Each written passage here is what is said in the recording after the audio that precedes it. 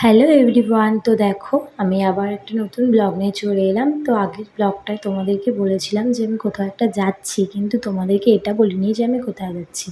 তো আজকে ব্লগটা দেখলে তোমরা জানতে পারবে যে আমি কোথায় যাচ্ছি। তো দেখো আমি অটোতে আবার উঠে পড়েছি। তো আমি যেখানে যাচ্ছি সেটা পুরোটাই অত্যন্ত গ্রাম এরিয়া, মানে বলা যায় আর কি বাংলাদেশের কাছাকাছি, মানে বাংলাদেশ নয়, মানে বর্ডার এরিয়া আর কি। তো দেখো মানে কি বলবো, এত রোদ্দুর আর গরমে এত কষ্ট হচ্ছিল। আর এই দেখো মানে আমরা ওই নেবেও পড়েছি আর কি অটো থেকে। আর এই দেখো হেঁটে হেঁটে যাচ্ছি। তো একটাও টোটো পাইনি, গ্রাম এলাকা তো যার জন্য গাড়ি ঘোড়া কম চলে, তো একটাও মানে টোটো নেই, যার জন্য হেঁটে হেঁটে আর কি যাচ্ছি।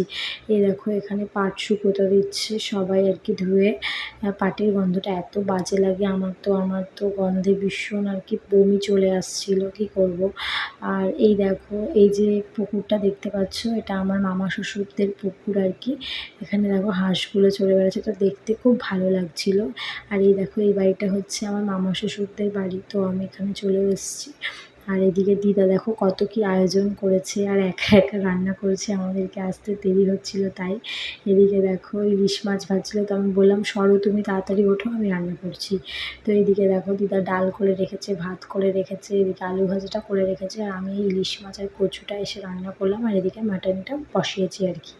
একদিকে দেখো আমার মেয়ের জন্য ঝাল ছাড়া মাটন হচ্ছে, আর একদিকে আর কি আমাদের জন্য ঝাল দিয়ে। আর এই দেখো কাঠের উনুনে রান্না করতে আমার এত ভালো লাগে কী বলবো। আর এদিকে দেখো সবাই খেতে বসে গেছে, আর এই যে আমার মাসি শাশুড়ি সবাইকে খেতে দিচ্ছে। আর এই বাচ্চারা সব হাঁস নিয়ে আর কি খেলা করছে। তো টাটা, চলো আবার ভালো ভালো ব্লগ নিয়ে আসছি, টাটা।